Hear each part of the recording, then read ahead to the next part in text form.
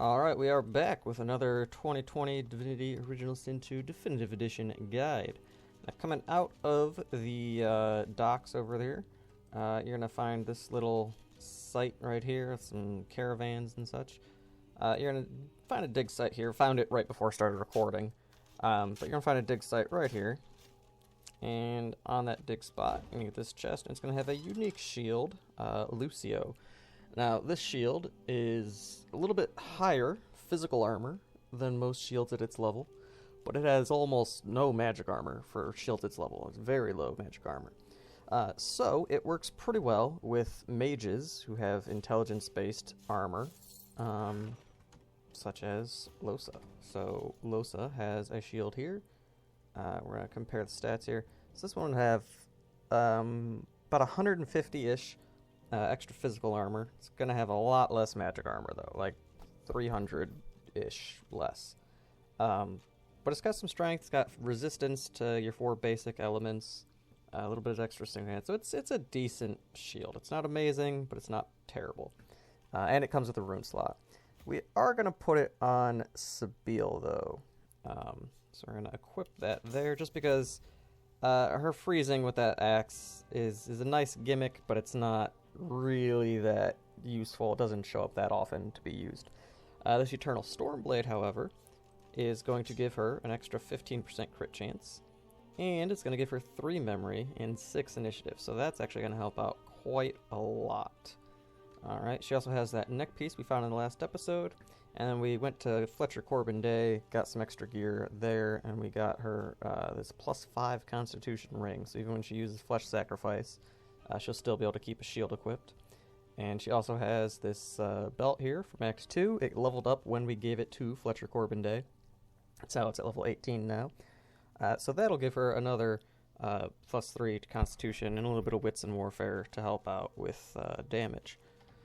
Now, what we're going to be doing next is one of the more difficult fights in Act 4. Not so much because the fight itself is so hard, it's just because you're going to be outpositioned and you really can't maneuver around it very well. So we are going to heal up, because I've noticed Ivan wasn't healed up yet. So over here, and this is not a new encounter from when Definitive Edition came out, but it's a modified encounter as of the Definitive Edition coming out. So, what we're going to do is we're going to have Losa sneak up over here. Everybody else is going to be sneaking. Oh, she doesn't need to be sneaking right now, actually. But we got some Voidwoken over there, you can already see. What I'm going to have her do is just start this thing off with a Thunderstorm as quick as possible right there.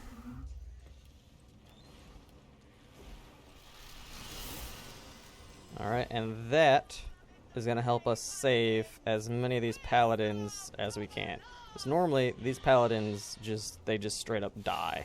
I mean, 2 of them are already extremely low health. This one is decent health. Yeah, so those 2 just died. And then, yeah, these 3 you can save. The other 2 are pretty much just automatically dead. Alright, so with Losa coming up here, she has the high ground. We've got these 2 guys stunned right from the get-go, which is very helpful. Alright, this guy, unfortunately, looks like he's gonna die. Yeah. Alright, you don't really get a whole lot more from making the paladin survive. It's just kind of an extra side goal. Alright, now with all that going on, we're going to have the rest of the party sneak up over here so they can get into combat at their own leisure. Is that hit? Alright, cool. We're hitting all 4 of those Voidwoken, not hitting the paladin. That is perfect.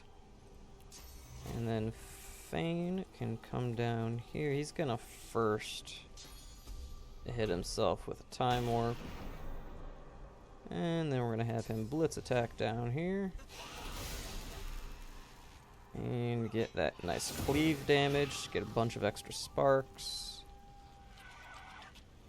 See, this is the thing that I don't like, is when these guys get summoned up, they just kind of cut off your turn. Like, Fane had Time Warp, should have gone instantly, and these guys still get a turn. That's what makes this combat a little frustrating, is not just Time Warp, but they interrupt the turn order in general quite a bit.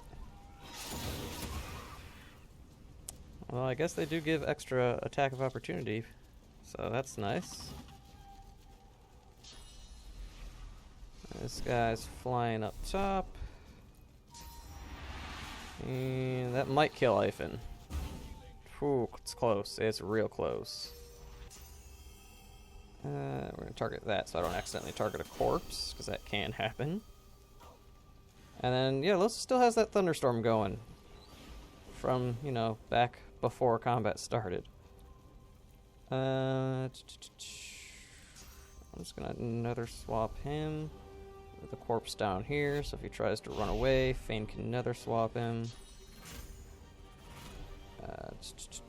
Actually, Fane is hurting quite a bit down there.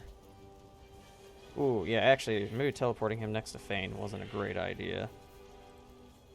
Let's put some armor on Fane there. It's also upsetting that Sabile doesn't have adrenaline memorized. Gosh, she has so much memory now.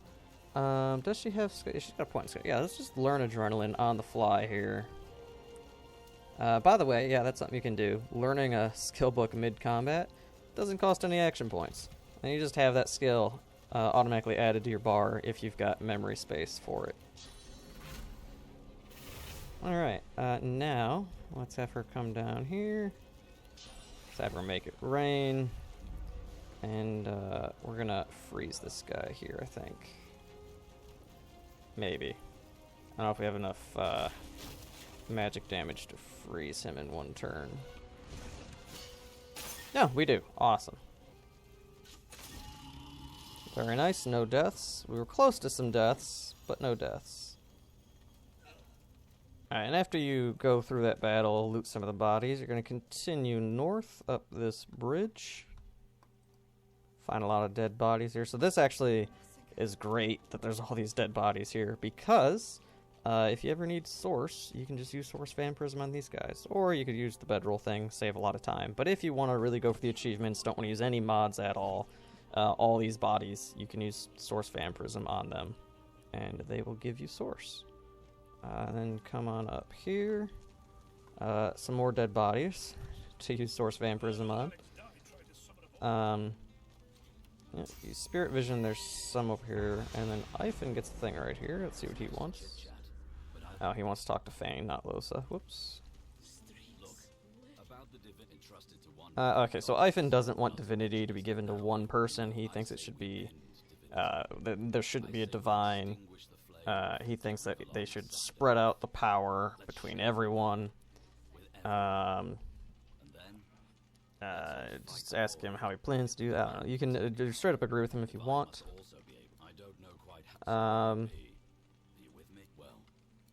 Yeah, I'm just gonna say I don't know yet, because if you have really high persuasion, I think you can say whatever you want there and you'll be fine. But I don't have high persuasion with Fane, so I can't. But yeah, there's a couple of spirits here. There's this guy here. This guy gives you some information on the Vault of Linder Chem, which is something you're... Oh, whoops, I won my way through that too fast. I consumed his source.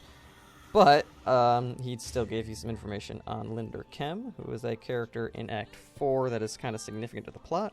He's the leader of the Paladins, and a bit of a spoiler coming up right now. Linder Chem is also sworn to the God King, but nobody else really knows about that outside of other people sworn to the God King. Alright, so if you come over here, this guy is... this is all a bunch of vendors in this area. There's 4 or 5 of them. But this guy has a unique pair of leggings right here. Luranta, Temva, they all have unique, interesting names here. But if you notice, that has +2 strength and finesse and intelligence and con and wits. Then it gives 2 air thurge, telekinesis, and air. So this is a lot of stuff on this armor. Alright, now again, Fane uses strength and intelligence and wits, and the constitution doesn't hurt.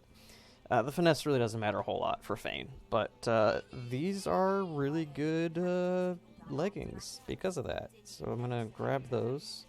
I would worry about using Losa, but I mean, I have stacks of gold. I guess I'll use Losa, cut the price down a little bit just with bartering. I'm not going to bother bribing this guy just yet. Ooh, we got some crit chance on those gloves. We'll get those. I'm not going to do too much shopping right now. Just grab a few quick things. There we go. And then, yeah, mostly I'm going to be going over the unique items in this area. Losa's inventory is full. We'll go take care of that real quick. This guy doesn't really have anything unique. He's got your normal crafting supplies. Real quick, once you hit level 16, I believe it is, so we've been able to do this for a while. Vendors who sell crafting materials sell puppet beads. If you combine a puppet bead, a source orb, and a piece of paper, you get a apotheosis scroll. And apotheosis is a very powerful skill. We actually have a skill book for it somewhere in here. Where is it? Right here. So it makes all of your source skills cost 3 source points less, which basically means all of your source skills then become free of source. You don't need source to cast them. So you could cast like Thunderstorm and then Chain Lightning, then Superconductor back to back to back if you use it with Losa. You can do a lot of crazy stuff with it with a Necromancer because they have 2 AoE source skills that kind of work off each other. It's really good. It's really good. And the best part is that the scroll version of Apotheosis is like, I think it's only like 1 AP maybe? I forget. I know it doesn't cost source to use the scrolls, but it's cheaper to use a scroll in combat. You can precast the actual skill before combat. And also, it increases all your attributes by a lot. I think by level 20 it increases by 6. Right now it's increasing by 5. It's just really good. So Puppet Bead, Source Orb, and a piece of paper will get you that. Alright, back to the traders. This one over here, Trader Fianola. She is going to have a unique hammer right here, which is nice because it gives challenge, which is a great skill. It also has 50% cleave, sets knockdown a quarter of the time. Normal stat bonuses, strength, counter warfare, but also 25% crit chance, which is a lot of crit chance. Like a lot. That's really good. Alright. Ooh, that is also really good. We're going to grab those for Fane. Alright, and actually, yeah, no, I was going to say we'll sell some stuff. I don't want to sell stuff on screen. That's kind of boring. I mean, going through this stuff is kind of boring, but there's a lot of good stuff to buy in Arcs, if you know where to look. Trader Nan, she has just this one unique bow. It's alright. It's nothing fancy. And that's about it. Over here we've got a potion trader. I think she has a little bit of crafting material, maybe a little bit of intelligence gear. Yeah. But mostly she's just potions, which, you know, isn't a bad thing. And then, you know, I just gotta get rid of some heavy stuff on Losa. I don't want to be running around encumbered. There we go. Alright, so if you keep going north along that bridge... this guy I think only pops up after the definitive edition, or at least in this area.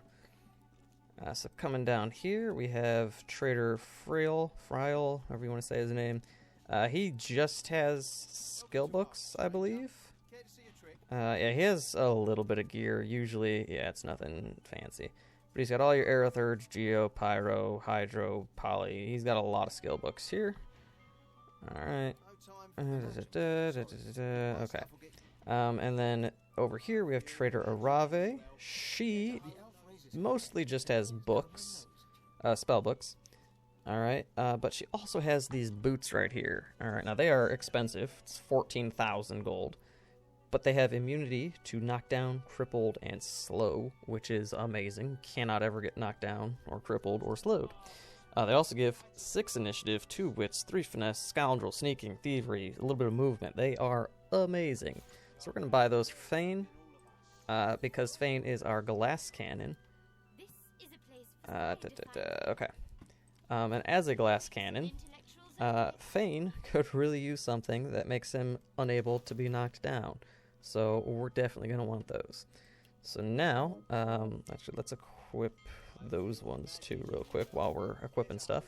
So now Fane, even though he's got Glass Cannon, never has to worry about being knocked down, which is great.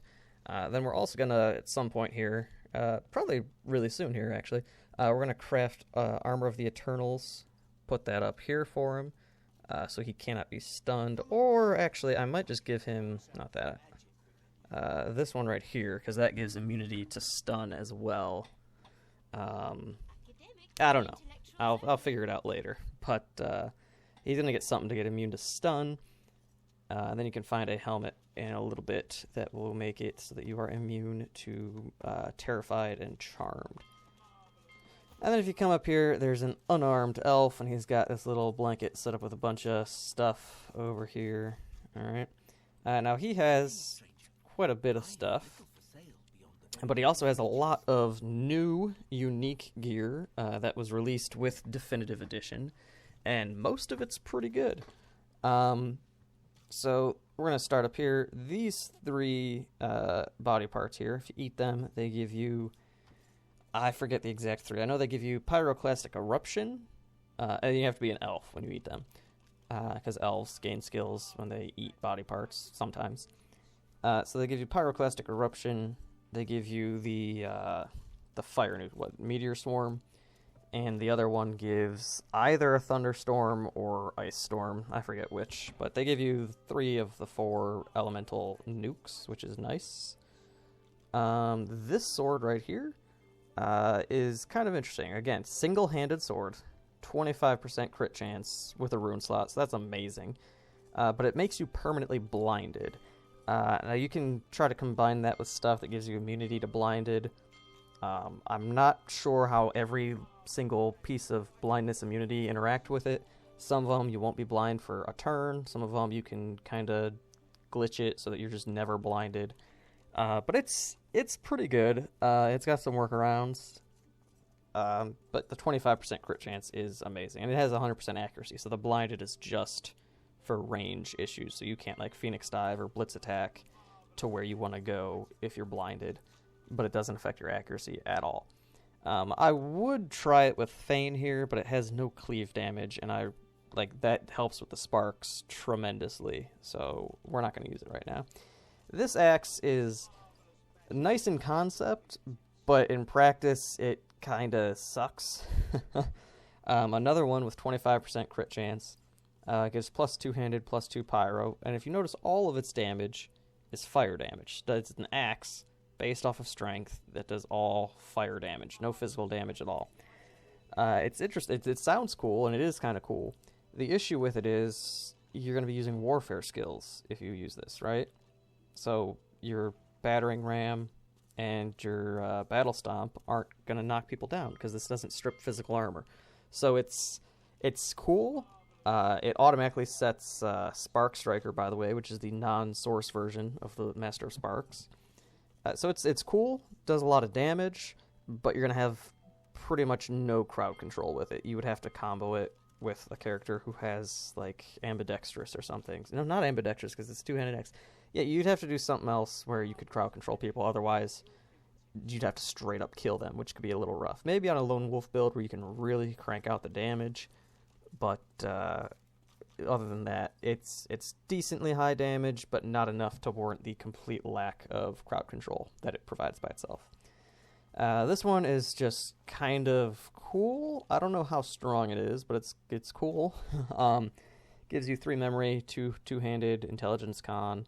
So it gives a lot. It does set Thick of the Fight permanently, so if you're going to use a in-your-face staff-based character, this could be a really good staff, because Thick of the Fight gives you 10% extra damage for each enemy in a relatively small radius around you. As far as all the extra skills it gives, they're all useful in their own way. Favorable Wind, probably the least useful. And it's got a rune slot, so that's good. Yeah, it's not bad. It's not amazing. It's pretty good, though. Over here, we've got Into Thin Air. It's a bow. It gives you 3 finesse, 3 memory. There's a lot of memory items here, too, which is interesting. It sets floating and weak for 1 turn. there's something weird with this where it sets some of those effects on you, some of the effects on your target, like Erratic Wisp. So I don't know if it was bugged when it first came out, or if it's supposed to be that, but it sets some of those effects on you, some of the effects on your target.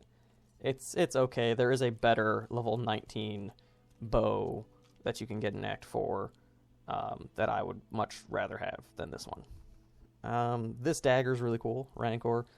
It's a dagger, but you probably don't want to use it on a like dagger-wielding character, which sounds weird, but I'll explain in a second here. So another 25% critical chance, and 3 wits, so it's really 28 crit. 3 finesse, which is almost all the finesse you need to wield it, so it almost fulfills its own base requirement. The interesting thing is it does all poison damage, and it'll set charm for 1 turn with a 50% chance. So that means if you hit somebody with it, and they have no magic armor, 50-50 chance, they're just going to fight on your side, like if you hit them with a Mind Magnet grenade or something. It's very interesting. I might put that on Sabine, actually, because she has plenty of memory slots. I could just use throw daggers and just try to charm people with that. I might try that out, actually. And it would boost her crit chance quite significantly. So I don't know. We might grab that one later. This one, I am going to grab this one for Lohse, actually. Gives 3 intelligence, 2 memory, 2 hydrosophist, and it creates a 4-meter ice surface when targeting terrain. That's also when you just target an enemy. I'm pretty sure it creates a ice surface underneath them. It says 4 meters. Pretty sure that's the radius, not the diameter, because it's a pretty big patch of ice. But the extra memory and intelligence is nice on there. I would like if it had some crit chance on there, but I'm fine without it on that particular weapon. Then up next we've got Soft Touch. It sets atrophy, so you can't attack with your weapon. So that would be something I would use on currently like Sabine or Lohse, because they don't really use their wand attacks very often. And it gives 5 intelligence and 5 memory, which is very nice. But again, it's finesse, so I'm not sure, like the fact that it does plus intelligence but requires finesse, it's a little tricky to get that to be useful. And those are all the unique items this guy sells. So we're gonna grab that over there. And I'm actually going to just show you guys real quick what this one looks like. It also grants Icebreaker, which is a nice skill to have. We're going to come over here so we don't accidentally hit his stuff and make him mad. And we're just going to have Lohse just go right there. And it creates a big ice surface whenever you attack with that wand. So yeah, I'm pretty sure that's 4 meters across the whole way. Or across halfway. We're going to... Actually, we're not going to go over there. We're going to come up here, get this next waypoint, and then call it an episode.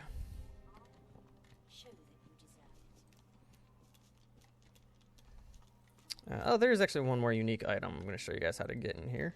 So the waypoint is up here. Alright, this is the Cathedral waypoint. And then over here from the waypoint, you'll see these people sitting here, I don't know, like praying, I guess. They're at a church-looking setup. Arx is the capital. It's like the holy city. It's where Lucian is buried. But if you look over here, Lucian was the previous divine, what we're trying to be. You'll notice this statue here is holding a scythe, which is actually a scythe you can interact with. So if you have Feign, Sneak, come on up over here. You can just grab that. You waypoint away. Waypoint farther away in case they come over that way. And now we've got this right here. This was considered the best two-handed weapon in the game at a certain point in time. I think right before Definitive Edition came out. I forget if there was a better one or if it's just nobody really uses two-handed strength people anymore. But it's got 20% crit chance, 3 strength, 2 intelligence, warfare, all that good stuff. And it's got 50% cleave damage. It's a good weapon. It's level 20.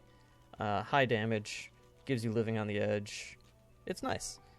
And those are most of the easy to get unique items in Arx. There is one more over here, but there's a chance we'll get ambushed on the way. So I'm not going to show you that one right now. So we're going to end the episode right there. I'm going to sell some stuff, do some basic upkeep before the next episode, and I will see you after that.